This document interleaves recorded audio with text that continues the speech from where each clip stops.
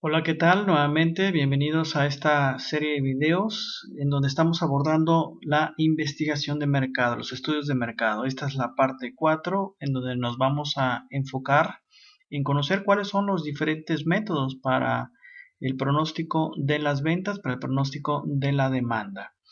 En ese sentido, cuando se está haciendo una investigación de mercado, se requiere no solamente conocer el monto actual, sino también conocer el monto futuro de la demanda, ya que esto va a determinar las necesidades de inversión que va a requerir el proyecto de inversión.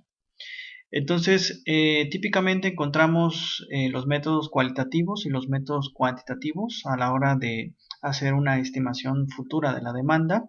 Dentro de los métodos cuantitativos, por ejemplo, se puede recurrir a la opinión de expertos, especialistas que conocen un determinado mercado, y bueno, esa es una forma en la que se puede estimar lo que es la demanda futura de un producto. Otra es si es una empresa que actualmente está produciendo, bueno, se puede buscar información con los encargados de ventas, dado que ellos tienen el contacto directo con el cliente, conocen las tendencias, conocen los gustos, y de esta manera poder sistematizar la información de ventas esperadas. Y el método quizá más refinado dentro de los estudios cualitativos es el método Delphi. Este es un proceso de consenso prospectivo que requiere la participación de un grupo de expertos que responden de manera anónima y sin interacción entre ellos a una serie de cuestionarios sucesivos que tienen cuestiones referidas al futuro de la demanda. Por su parte, dentro de los métodos cuantitativos encontramos el análisis de tendencia, el análisis de series de tiempo, el análisis de regresión. En lo particular, el modelo de regresión de pronósticos causales. En esta ocasión nos vamos a enfocar en este último, en los modelos de regresión lineal, los cuales, bueno, requieren datos históricos y para poder estimar la demanda futura de un producto o de un servicio. Es importante señalar que cuando se hacen los métodos cualitativos es porque no se tiene suficiente información histórica sobre datos respecto a las ventas o respecto a la demanda de un producto o servicio. Y por ello, bueno, se tiene que recurrir a estos diferentes métodos que acabamos de presentar. Entonces, bueno, vamos a presentar el análisis de regresión. Este es una explicación muy breve de conceptos estadísticos elementales que ya se tuvo que haber estudiado en experiencias educativas pasadas. Y bueno, cuando hacemos análisis de estadística descriptiva, hacemos uso de este análisis de correlación que nos expresa la relación entre dos variables utilizando un número único. De aquí surge el coeficiente de correlación, que es una medida de asociación lineal entre dos variables. El coeficiente de correlación entonces nos da una idea, una pauta de cuán alineada está la nube de puntos, es decir, el gráfico de dispersión, en torno a una recta que es la que vamos a estimar. Pero no nos dice, bueno, cuál es la relación, es decir, quién es la variable dependiente y quién es la independiente. Ni tampoco puede captar relaciones que no son lineales. En definitiva, podemos encontrar cuatro diferentes posibles escenarios cuando se está haciendo un análisis de correlación de variables. Podemos encontrar un escenario en donde X y Y están perfectamente correlacionadas y es positiva, como observamos en este gráfico. En este caso, el valor de la correlación es igual a 1. Podemos encontrar el caso opuesto, en donde encontramos correlación perfecta negativa, en cuyo caso el valor de la correlación va a ser igual a menos 1. Podemos encontrar también una situación en donde el coeficiente de correlación es 0, es decir, no hay un patrón definido entre X y Y. Y podemos también encontrar una fuerte asociación no lineal, en donde, por ejemplo, al principio hay una relación negativa y después hay una relación positiva. En este caso, bueno, el coeficiente de correlación no nos sirve de nada para asociaciones no lineales. En ese sentido, bueno, vamos a plantear el modelo de regresión lineal asumiendo la siguiente ecuación, la siguiente forma, en donde y es la variable que vamos a explicar, es decir, la variable dependiente, mientras que x es la variable, independiente o explicativa de y, de la variación de y. Beta 0 va a ser digamos, es el coeficiente, es la intercepción de la recta que vamos a estimar y que atraviesa esa nube de puntos. Beta 1 es el grado de inclinación de esa recta, es decir, la pendiente de esa recta. Y el término e es el error aleatorio. Es decir, ahí están contenidas otras variables que podrían también explicar la variación en y, pero que se considera que es una variación pequeña, que el error aleatorio es pequeño. Al menos eso es para un buen modelo. En definitiva, lo que intentamos es averiguar cómo cambiará y ante un cambio en x. Considere, por ejemplo, el caso de dos variables, ventas e inversión en publicidad.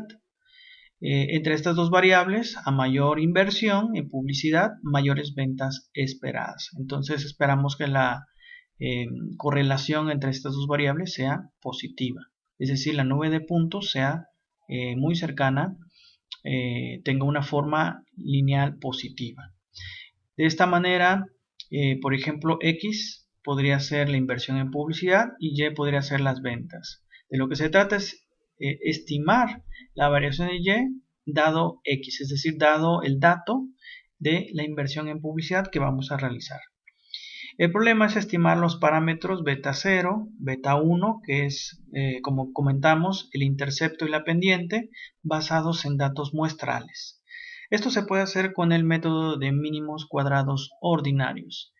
Lo que se busca con este método es aproximar esta relación con nuestras observaciones de forma de minimizar la suma de los residuos al cuadrado y que la nube de puntos esté lo más cerca de la recta estimada, ¿sí? Es decir, lo que vamos a tratar de hacer es estimar tanto el intercepto beta 0 como el grado de inclinación de esta recta.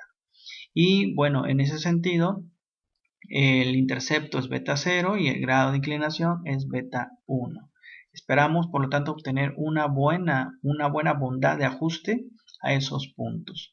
Aquí podemos observar que el error aleatorio es el dato observado menos el dato estimado. Algunos estarán por arriba de la línea y otros estarán por debajo de la línea. No interesa tanto conocer el signo, sino que la suma de los residuos al cuadrado sea la más pequeña posible. Entonces, hoy en día, con el uso de los paquetes estadísticos, incluido el Excel, bueno, prácticamente puedes obtener estos datos sin mayores necesidades de cálculo. Pero bueno, vamos a mostrar un poco el antecedente de cómo surgen estos parámetros que estamos estimando, lo que es el intercepto y la pendiente. Entonces, a través de dicha minimización se obtiene la fórmula del estimador de la constante y la pendiente. Por ejemplo, en el caso de beta 1, tendríamos que hacer la sumatoria de todas las observaciones menos su promedio, tanto para x como para y dividirlas entre la observación de x menos su promedio al cuadrado. Esto no es otra cosa más que la covarianza dividida entre la varianza. La varianza, recordemos, nos dice la variabilidad de los datos, qué tan dispersos están respecto a esa recta. Entre menos variabilidad, pues quiere decir que están más cerca de la recta estimada. Y bueno, el parámetro beta 0 se estima del promedio de y menos el valor de beta i estimado por el promedio de x. Insisto, actualmente los paquetes estadísticos ya nos dan estos parámetros. Lo importante, lo verdaderamente importante es saberlos interpretar. La pendiente de la recta estimada, bueno, dependerá básicamente de la covarianza. Nos dirá si es una pendiente positiva o negativa. Es decir, si x y y tienen una relación positiva o negativa. ¿Qué nos dicen los valores de los coeficientes obtenidos? Bueno, beta 0 es el efecto autónomo, es decir, el valor que tendría y si x fuera 0. Esto es el valor medio de la variable dependiente. Mientras que beta 1 es el efecto parcial, es decir, nos dice cómo cambia la variable explicada, en el ejemplo que hemos manejado, cómo cambian las ventas cuando cambia el volumen de inversión, por ejemplo, en publicidad. Entonces, en este caso, la inversión en publicidad es la variable independiente o explicativa y las ventas, y, es la variable explicada o dependiente. Entonces, una vez estimado el modelo, es decir, una vez que obtenemos beta 1 y beta 2, es pertinente preguntarnos qué porcentaje de esa variabilidad en y está siendo explicada por x. Esperamos que sea una buena bondad de ajuste. Son las observaciones cercanas a la recta estimada, es decir, que el error aleatorio es pequeño. Para responder a estas preguntas vamos a calcular lo que es el coeficiente de determinación, que nos mide la bondad de ajuste. ¿Qué tan bueno es el modelo que acabamos de plantear? Siguiendo el ejemplo, tratamos de explicar o predecir las ventas en función de la inversión en publicidad. Sin embargo, las ventas dependen de otras variables, además de la inversión en publicidad. Esas variables que no se consideran en el modelo están contenidas en el término de error aleatorio y esperamos que ese error aleatorio sea pequeño para que sea un buen modelo. Entonces, el coeficiente de determinación es la medida más usada y se calcula como la fracción de la varianza muestral de y que está siendo explicada por x. Técnicamente, con esta fórmula la podemos calcular, aunque hoy en día los paquetes estadísticos nos dan este resultado de una manera muy rápida. Lo importante, insisto, sería la interpretación.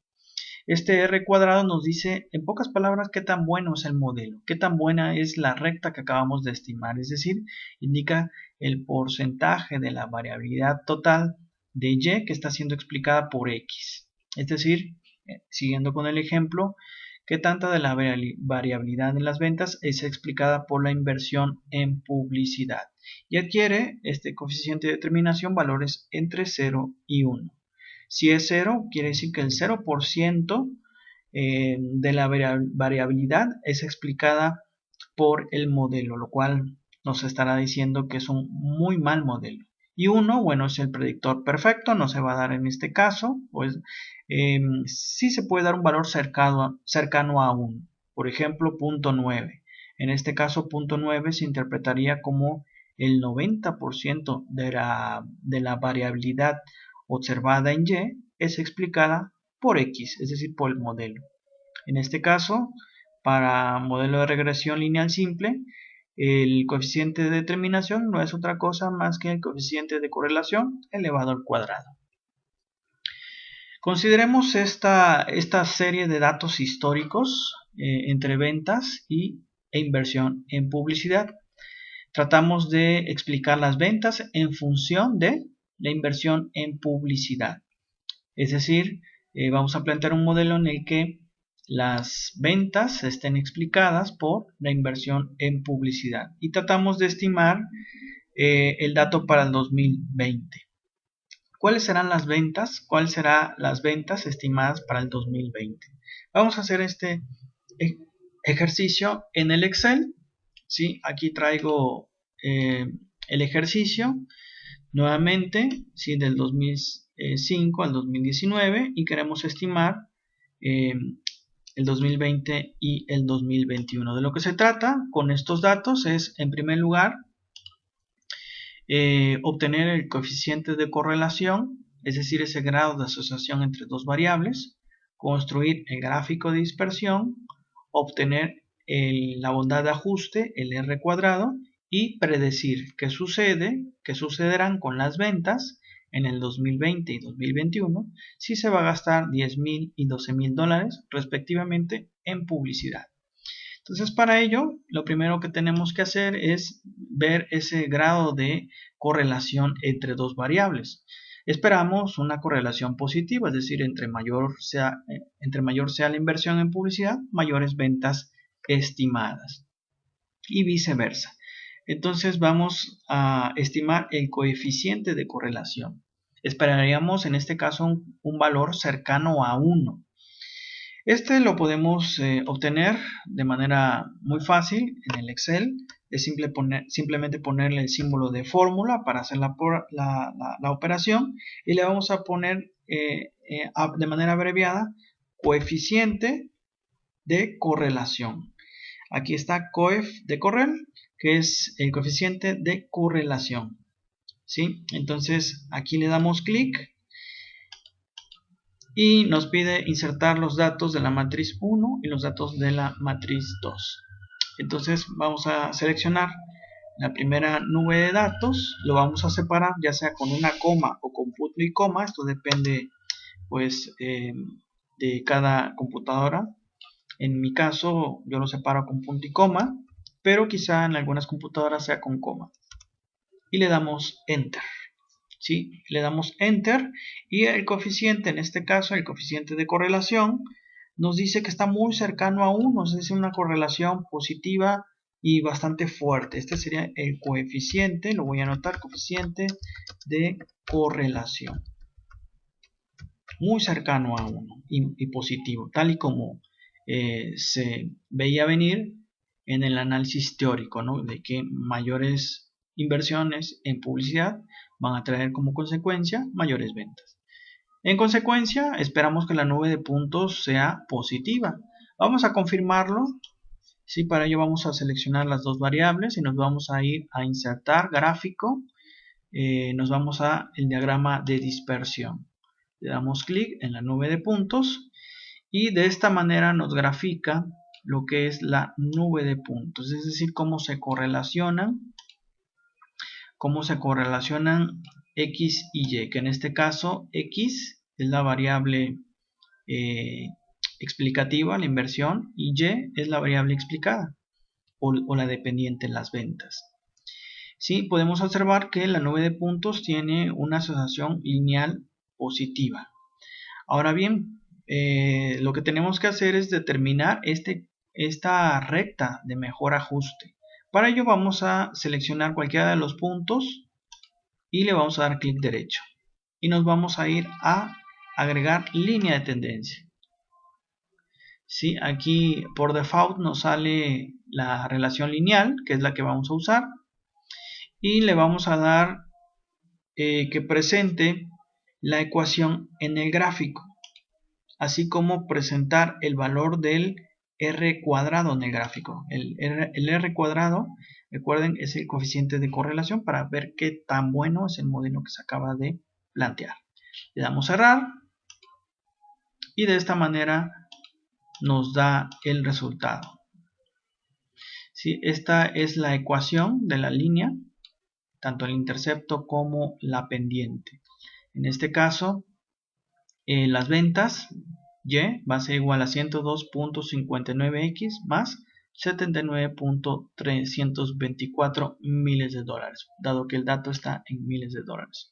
Y el coeficiente de determinación, que nos dice cuán bueno es el modelo, es de 0.8. De hecho, también podemos estimar de manera manual lo que es el coeficiente de determinación. Es decir, cuán bueno es el modelo que acabamos de plantear. Si en este caso le damos el signo de fórmula, le damos coeficiente R cuadrado, aquí viene por default, y vamos a introducir los datos, primero del dato Y y después del dato X. Después lo separamos con punto y coma o con coma, dependiendo de cada máquina. Cerramos el paréntesis y le damos Enter. Nos da .81, que es lo que nos dio aquí de manera automática. Esto si lo queremos hacer de manera manual. Bueno, ya estimamos lo más difícil. Yo les había comentado que los paquetes estadísticos nos dan todos los resultados. Lo importante es interpretar. Entonces, habíamos dicho que uno es el intercepto y otro es la pendiente. En este caso, si X fuera 0, si la inversión en publicidad fuera 0, las ventas estimadas serían de 79.324 miles de dólares. Y de la misma manera podemos ver cómo varía Y ante un cambio en una unidad de X, reemplazando el valor que necesitemos en X. Por ejemplo, si deseamos reemplazar 10 y 12, podríamos averiguar cómo variarán las ventas, ¿sí? Entonces, repito nuevamente, la ecuación tiene dos componentes, un componente autónomo y un componente que depende de X. El beta 0, que es el intercepto, se interpreta como cuáles serían las ventas estimadas si X fuera 0, es decir, si no se invirtiera nada en publicidad. En este caso, las ventas estimadas serían de 79.324 miles de dólares. Aquí mi computadora reconoce el punto como una coma. Hago esa aclaración. Y el otro componente, que es el beta 1, que es 102.59x, es el valor de beta 1, nos dice cómo cambian las ventas por cada incremento en una unidad de x, ¿sí? Entonces, por cada incremento de una unidad, las ventas aumentan o cambian en 102.59 miles de dólares. Entonces, lo único que resta es estimar estos valores, ¿sí? Vamos a reemplazar el valor de X igual con 10 y vamos a ver cuánto es esa cantidad. Entonces tenemos 102.59 que multiplica 10, ¿sí? Más la parte autónoma, que es 79.324. Si la sumamos, nos darían que las ventas estimadas con una inversión de 10 miles de dólares sería de 1105, aquí sería 1105.24, 1105.24 miles de dólares. Y también podemos hacer lo mismo para hacer el pronóstico de ventas. Si se invierte 12,000, ¿cuál serían las ventas estimadas? Entonces, de acuerdo a la gráfica, de acuerdo a la recta que hemos estimado, sería 102, le ponemos el signo de fórmula, 102,59 por 12 más 79,000 más 79,324 miles de dólares, que sería en este caso 1310,404 miles de dólares. ¿Sí? Aquí le pongo el decimal. 1310.4 miles de dólares. Entonces esas serían las ventas estimadas si se invirtiesen 10,000 y 12,000 dólares respectivamente. Entonces con ello damos respuestas al inciso A, damos respuesta al inciso B y al inciso D. Falta determinar el coeficiente de bondad de ajuste, que es este que obtuvimos, ¿no? Es el R cuadrado. Es cuán buena es el ajuste a esa nube de datos, que es 0.81. Entonces, así tendríamos la estimación de las ventas. Este modelo obviamente requiere pues conocer datos históricos y conocer datos históricos de ventas y de inversión y conocer al menos el valor de la variable independiente. En este caso se sabe que se espera invertir 10,000 en el 2020, 10,000 dólares y 12,000 dólares respectivamente. Y una vez conocidos estos datos podemos encontrar las ventas estimadas para los años 2020 y 2021. Bueno, espero que este video sea de utilidad. En otro más vamos a hacer un modelo de regresión múltiple en donde la variable dependiente depende de más de una variable.